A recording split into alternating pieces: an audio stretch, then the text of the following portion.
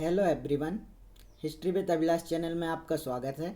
और हम लोग आज मॉडर्न हिस्ट्री सीरीज का नया लेक्चर स्टार्ट करेंगे, जो कि है आपका रेगुलेटिंग एक्ट 1773। तो हम लोग बिल्कुल क्रम से चल रहे हैं, एक के बाद एक कंटिन्यू कर रहे हैं कि किसके बाद हमें क्या पढ़ना है हिस्ट्री में।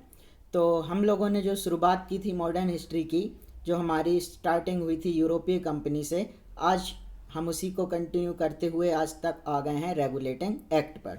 तो पिछले लेक्चर में हम लोगों ने पढ़ा था 1765 से लेकर 1772 तक जो चलने वाला रूल था वो था ड्यूअल गवर्नमेंट या ड्यूअल रूल जो चल रहा था, दोहरा शासन, द्वैत शासन हमने पिछले लेक्चर में कंप्लीट किया था। आज उससे आगे आते हैं रेगुलेटिंग एक्ट पर, जो आया 1773 में। रेगुलेटिंग एक्ट 1773 में आया और इसे हम लोग कवर करेंगे केवल 6 पॉइंट में। बस इम्पोर्टेंट 6 पॉइंट हमें इसके पढ़ लेना है और सारा एक्ट इसमें कवर हो जाता है।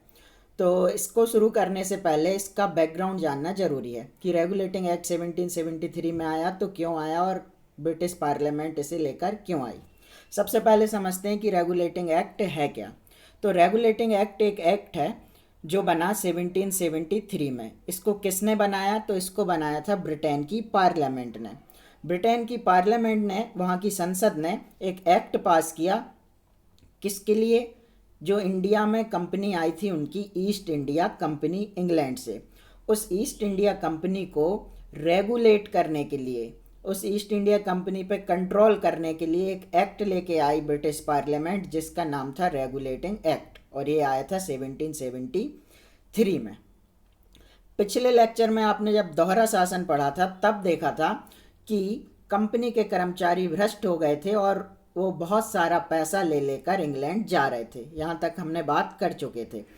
तो अब हुआ ये कि कंपनी ने, जब आपने पढ़ा कि 1757 में प्लासी का युद्ध हुआ, आप पढ़ चुके हो, जीत गई कंपनी। फिर 1764 में बक्सर हुआ, इसको कंपनी ने जीत लिया।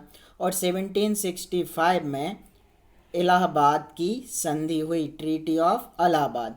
इस ट्रीटी के बाद कंपनी को मिल गया बंगाल, बिहार और उड़ीसा। ये चीज़ें कंपनी को मिल गईं। इनके बाद कंपनी ने वहाँ उनके दीवानी राइट्स मिल गए थे, तो कंपनी ने कर लेना शुरू किया था। और आपने पिछले लेक्चर में पढ़ चुके हैं कि दोहरा शासन, ड्यूअल गवर्नमेंट वहाँ पे स्टार्ट कर दी थी। अब आप देखिए, कंपनी लगातार जीतती आ रही है और उसके पास नए नए क्षेत्र आ रहे हैं। कंपनी के पास पैसा बहुत ज़्यादा बढ़ जाना चाहिए था, लेकिन हुआ क्या, 1772 आते आते कंपनी के पास पैसा नहीं बचा। ऐसा क्यों हो गया, उसकी बात हम अभी आगे करेंगे। तो 1772 तक कंपनी के कर्मचारियों ने बहुत पैसा बनाया भ्रष्टाचार से करके, और आपने देखा था बंगाल को जब लूट लिया था वहाँ बहुत बड़ा अकाल आया था। पिछले लेक्चर में हमने ये पढ़ा था। तो 1772 तक कंपनी के कर्मचारियों ने तो पैसा बनाया, लेकिन कंपनी की हालत ख़राब हो गई। अब जब ये बात ब्रिटेन की पार्लियामेंट को पता चली या ब्रिटेन तक पहुंची तो उन्हें विश्वास नहीं हुआ। लेकिन क्या हुआ, 1772 में कंपनी ने एक लोन अप्लाई किया, लोन मांगा ब्रिटेन गवर्नमेंट से, और कहा कि हमें लोन चाहिए और पैसे की ज़रूरत है। दूसरी बात, कंपनी जब बनी थी 1600 में, तो आप जानते हैं उसे मोनोपोली मिली थी। मोनोपोली मतलब एक अधिकार, कि भारत में जितना भी ट्रेड कंपनी करेगी वो कौन करेगी? केवल ईस्ट इंडिया कंपनी करेगी इंग्लैंड से, केवल एक ही कंपनी करेगी। दूसरी कंपनी इंग्लैंड से वहाँ पर नहीं आएगी। दूसरी कंपनी नहीं आएगी, केवल ईस्ट इंडिया कंपनी रहेगी, तो सारा मुनाफा कौन कमाएगी? ईस्ट इंडिया कंपनी कमाएगी। तो इसके बदले ब्रिटेन को उसको कुछ ना कुछ तो देना था कंपनी को, कि मैं ही अकेली रहूं। तो इसके लिए वो 4 लाख पाउंड देती थी हर साल के अंग्रेज की सरकार को, ब्रिटेन की सरकार को। तो इस 4 लाख पाउंड से भी छूट मांगी कंपनी ने कि ये तो हम दे नहीं पाएंगे, ऊपर से हमें आप कर्ज और दो, हमें लोन चाहिए। और लोन के लिए अप्लाई किया 60 लाख पाउंड। लोन के लिए कंपनी ने 1772 में अप्लाई किया ब्रिटेन की गवर्नमेंट के पास। अब ब्रिटेन की गवर्नमेंट को ये समझ नहीं आ रहा था कि जो कंपनी शुरू से ही मुनाफे में चल रही है उसको हर जगह तो लाभ हो ही रहा है, जिस कंपनी ने सारा कुछ जीत लिया है वहाँ से टैक्स भी ले रही है, और फिर भी कंपनी कह रही है कि हमें तो बड़ा घाटा हुआ है और इसके जो कर्मचारी कंपनी के आ रहे हैं वो इंग्लैंड में जाके बड़े बड़े महल बना रहे हैं और कंपनी को घाटा हो रहा है। ऐसा क्यों? इसके लिए ब्रिटेन की पार्लियामेंट ने एक सिलेक्ट कमेटी बना दी। सिलेक्ट कमेटी ने अपनी रिपोर्ट दी। फिर दूसरी एक सीक्रेट कमेटी बनाई गई, उसने अपनी रिपोर्ट दी और उन रिपोर्ट से पता चला कि कंपनी में भ्रष्टाचार बहुत बढ़ गया है। इसके कर्मचारी तो पैसा कमा रहे हैं लेकिन कंपनी के पास पैसा पहुंच नहीं रहा है और जनता जो है इंडिया की या बंगाल की वो लुट रही है और कंपनी के पास पैसा है नहीं। तो उसे रेगुलेट करने के लिए दो एक्ट पास किए गए थे। एक एक्ट में कहा गया कि कंपनी को हम लोन देंगे, दूसरे एक्ट में कहा गया कि जो दूसरा एक्ट था उसी का नाम था रेगुलेटिंग एक्ट। तो 1773 में ब्रिटेन की पार्लियामेंट ने एक एक्ट पारित कर दिया। उसको मौका मिल गया कंपनी के ऊपर अपना दबदबा दिखाने का, ब्रिटेन की पार्लियामेंट को, और वो लेकर आए रेगुलेटिंग एक्ट। तो ये थी इसकी कहानी। अब पढ़ते हैं कि रेगुलेटिंग एक्ट में क्या लिखा गया था। फर्स्ट पॉइंट, रेगुलेटिंग एक्ट में कहा गया कि बंगाल में जो 3 गवर्नर बैठे होते थे, आप जानते हैं कंपनी स्टार्टिंग से एक गवर्नर बना के भेजती थी, ठीक। अब कहा गया कि नया गवर्नर जनरल का नया पद हम बनाते हैं। क्या बनाया गया? Governor general. मतलब अब गवर्नर की जगह कौन आ गया? Governor general. गवर्नर कहाँ कहाँ बैठे होते थे? तो आप जानते हैं 3 प्रेसिडेंसियां हैं, मद्रास, बॉम्बे और कलकत्ता। यहाँ पर 3 गवर्नर होते थे। बंगाल के गवर्नर से कहा कि तुम आप गवर्नर नहीं, तुमको हम कहेंगे गवर्नर जनरल, और तुम जो दोनों गवर्नर हैं उनके ऊपर होगे, ठीक। तो कंपनी ने नया गवर्नर जनरल ऑफ बंगाल बना दिया, ठीक है। और जो जितने भी अंग्रेजी राज्य में छोटे छोटे गवर्नर होते थे उन सब के ऊपर एक बैठ गया गवर्नर जनरल। और पहला गवर्नर जनरल बना के भेजा वॉरेन हेस्टिंग्स को, ठीक। ये जो आपके सामने है वो कौन है? Warren Hastings. नेक्स्ट, दूसरी बात क्या की गई? 6 पॉइंट में हमें पूरा एक्ट खत्म करना है। पहली बात, क्या बनाया गया? Governor general. दूसरी बात लिखी गई कि गवर्नर जनरल को हेल्प करने के लिए, गवर्नर जनरल मान लो अगर प्रधानमंत्री है तो उसे हेल्प करने के लिए कुछ मंत्री तो चाहिए, मिनिस्टर। ऐसे ही गवर्नर जनरल को हेल्प करने के लिए काउंसिल ऑफ गवर्नर जनरल बनाई गई। काउंसिल मतलब उसकी मिनिस्ट्री मान लीजिए। इसमें कितने लोग होते थे? तो 4 मेंबर दिए गए। कितने? 4। तो 4 सदस्य, ये देखिए 1 2 3 4, ठीक। ये टकले कौन है? गवर्नर जनरल हैं। और उनके नीचे ये 4 मैंने कौन दिखाए आपको? 4 सदस्य बताएं। तो एक गवर्नर जनरल और उनकी मदद करने के लिए काउंसिल ऑफ गवर्नर जनरल बनाई गई, जिसमें 4 मेंबर होते थे। पहले गवर्नर जनरल बन के आए वॉरेन हेस्टिंग्स। 4 जो मेंबर आए थे बॉरवेल, क्लेबरिंग, फ्रांसिस और मानसन, ये 4 मेंबर बन के आए थे। नेक्स्ट बात क्या की गई? इस गवर्नर जनरल को कहा गया कि जो गवर्नर जनरल है एक, और इनके 4 मेंबर हैं, टोटल कितने हो गए? 5 लोग। इनको कहा गया कि ये जब फैसला करेगी तो किसके आधार पर करेगी? बहुमत के आधार पर। बहुमत मतलब मेजॉरिटी। मेजॉरिटी मतलब आधे से ज़्यादा लोग जो कहेंगे वही काम होगा। जैसे ये 4 लोग अगर फैसला कर रहे हैं तो 2-2 से अगर बराबरी हो गई तो गवर्नर जनरल की बात आएगी, नहीं तो 3-1 से फैसला हो जाया करेगा, ठीक है। जो भी काम इन्हें करना है उसको लेकर। तो गवर्नर जनरल की परिषद किस आधार पर डिसीजन लेगी? तो ये लेगी बहुमत के आधार पर। नेक्स्ट कहा गया इन सदस्यों का कार्यकाल कितना होगा? तो 5 वर्ष। कितने दिन के लिए बनेंगे ये? 5 साल के लिए बनाए जाएंगे। ब्रिटिश का जो राजा होगा वो इनको 5 साल से पहले भी हटा सकता था अगर उसकी मर्जी होगी तो। थर्ड बात, तीसरी बात कहा गया कि बम्बई और मद्रास प्रांतों के जो गवर्नर हैं वो किसके अंडर में आएंगे? बंगाल के गवर्नर के अंडर में वो आएंगे। नेक्स्ट बात कही गई कि अब ये जो गवर्नर हैं वो गवर्नर जनरल ऑफ बंगाल की अनुमति ही लेंगे काम करने के लिए, उनकी परमिशन चाहिए रहेगी।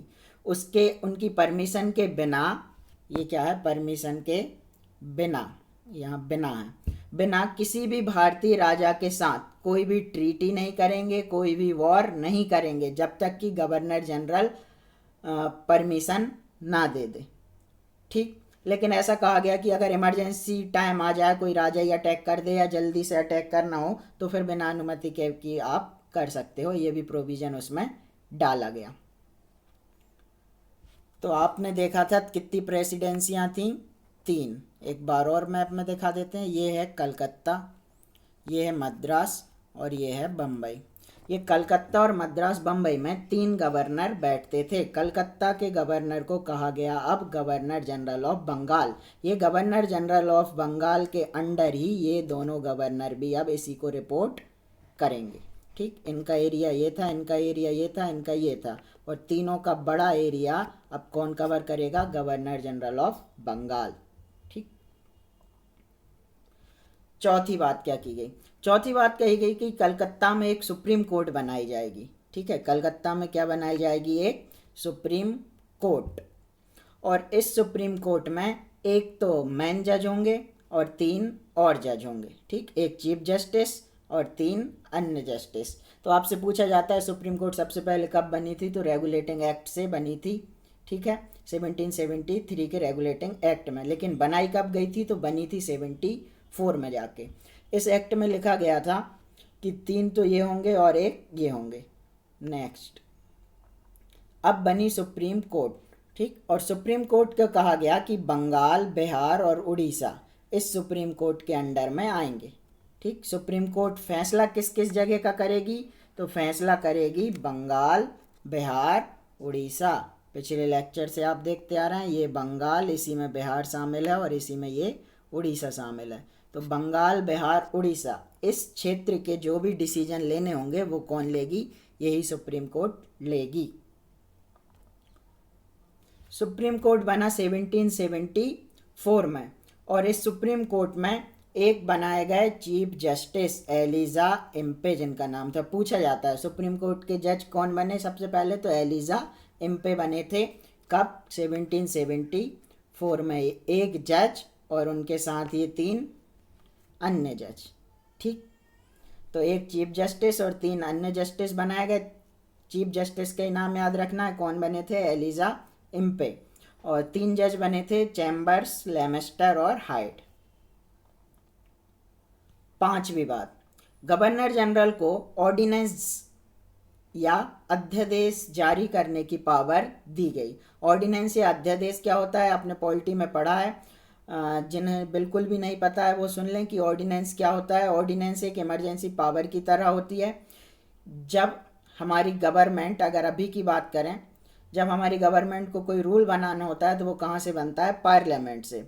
और उस पार्लियामेंट मान लो सेशन में नहीं है और अचानक से कोई कानून की ज़रूरत पड़ जाए तो राष्ट्रपति जी एक आदेश जारी करते हैं, और वो आदेश या वो कानून बराबर, उसको कानून के बराबर ही माना जाता है, जिसे हम कहते हैं अध्यादेश। ठीक, जिसकी वैलिडिटी 6 महीने की, 6 सप्ताह की होती है। अभी इस ऑर्डिनेंस की बात करें तो उस टाइम तो पार्लियामेंट की कोई ज़्यादा रोल था नहीं, तो ब्रिटिश पार्लियामेंट यहाँ के लिए रूल बार बार क्यों बनाए?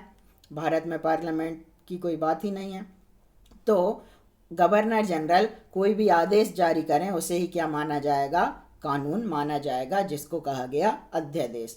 तो इस अधिनियम द्वारा गवर्नर जनरल को नियम और अध्यादेश जारी करने की पावर दी गई।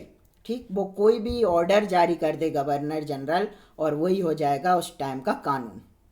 ठीक, अब लेकिन बात ये भी कहा गया कि इसको रजिस्टर्ड करवाना है आपको सुप्रीम कोर्ट में। ठीक है, जो भी आप आदेश देंगे उसे सुप्रीम कोर्ट से रजिस्टर्ड आप करवाइए। गवर्नर जनरल को ये करवाना पड़ता था। लास्ट बात, कंपनी के कर्मचारी को निजी व्यापार पर प्रतिबंध लगा दिया गया। पिछले लेक्चर ड्यूअल गवर्नमेंट में आपने बहुत अच्छे से पढ़ा है कि ये क्या है। ठीक, तो जो भी ट्रेड करना होता था वो क्या करते थे? कंपनी के कर्मचारी कंपनी के नाम पर खुद का निजी ट्रेड करने लगते थे, है ना, खुद ही प्राइवेट, और खूब पैसे बनाते थे बिना टैक्स दिए, कुछ किए। तो क्या कर दिया गया कि आप कंपनी का कोई भी कर्मचारी पर्सनल ट्रेड नहीं कर सकता। ठीक, कंपनी का कोई भी कर्मचारी अब पर्सनल ट्रेड, अपना सामान नहीं बेच सकता था। मान लीजिए किसी को अगर करना ही है तो उसे फिर मुश्किल से लाइसेंस लेना पड़ता था और उसमें भी बहुत सारी कंडीशन लगती थी। तो कंपनी का कर्मचारी अब कोई भी ट्रेड नहीं कर पाएगा इस एक्ट के बाद। नेक्स्ट है इसी में कि उपहार और रिश्वत लेना अपराध कर दिया गया। कंपनी के कर्मचारियों ने बहुत ज़्यादा रिश्वत ली थी, पिछली क्लास में पढ़ा था आपने। तो कंपनी के कर्मचारी अगर रिश्वत लेंगे तो उनके लिए सजा रखी गई। दूसरा, कंपनी के कर्मचारी कहते थे कि ये हमने इनसे मांगा नहीं है, इन्होंने तो हमें गिफ्ट दिया है, और महंगे महंगे गिफ्ट ले लेते थे। जैसे आपको पता है कि अभी दहेज प्रथा इंडिया में पूरी तरह बंद है, ठीक, लेकिन दहेज तो चल रहा है। तो दहेज प्रथा कहा गया कि हम कोई सामान या कुछ नहीं दे रहे हैं, क्या हम तो गिफ्ट दे दे रहे हैं, अपनी लड़की को गिफ्ट दे रहे हैं। हमने ना तो इनने डिमांड की ना कुछ, हम अपनी मर्जी से कुछ गिफ्ट दे दे रहे हैं, तो गिफ्ट देने से कौन रोकेगा। और इस नाम पर आज भी चल रहा है। रोक लगाने की बहुत ज़्यादा अभी भी ज़रूरत है दहेज प्रथा पर, है ना, क्योंकि अभी भी आप देखते हैं गाड़ी भरा के तो सामान चला ही जाता है गिफ्ट के नाम पर। तो ऐसे ही इन्होंने कहा कि हम कोई रिश्वत नहीं ले रहे हैं, कुछ नहीं ले रहे हैं, कुछ लोग आते हैं और हमें गिफ्ट दे के चले जाते हैं। तो कंपनी ने इस बार रेगुलेटिंग एक्ट में कहा कि कंपनी के कर्मचारी कोई भी गिफ्ट नहीं ले सकते। गिफ्ट लेने पर भी क्या लगा दी गई, पाबंदी लगा दी गई। तो ये 6 बातें थी मुख्य रेगुलेटिंग एक्ट की। पहली बात ये थी कि गवर्नर जनरल ऑफ इंडिया का पद बना दिया गया। दूसरा कहा गया कि सुप्रीम कोर्ट की स्थापना की गई। तीसरा कहा गया कि बंगाल के गवर्नर इन्हीं के अंडर में आएंगे। चौथा कहा गया कि अध्यादेश जारी कर सकते हैं गवर्नर जनरल, ठीक। और कहा गया कि कंपनी के कर्मचारी कुछ भी निजी व्यापार यहाँ पर नहीं कर पाएंगे। क्लियर। इन 6 बातों से, और भी हैं इसमें, लेकिन ये जो 6 मैन हैं इनसे ही सारे क्वेश्चन बनते हैं कि गवर्नर जनरल की काउंसिल में 4 मेंबर होंगे आपके, ये पूछते हैं। इस तरह से ये थे हमारे टोटल 6 पॉइंट रेगुलेटिंग एक्ट के बारे में। तो अब नेक्स्ट क्लास में हम आगे की बात करेंगे, जिसमें हम मैसूर को और युद्धों की बात करेंगे जो आपके बचे हुए हैं, उनकी हम कंप्लीट करेंगे और इस सीरीज को आगे बढ़ाएंगे। तब तक के लिए थैंक यू।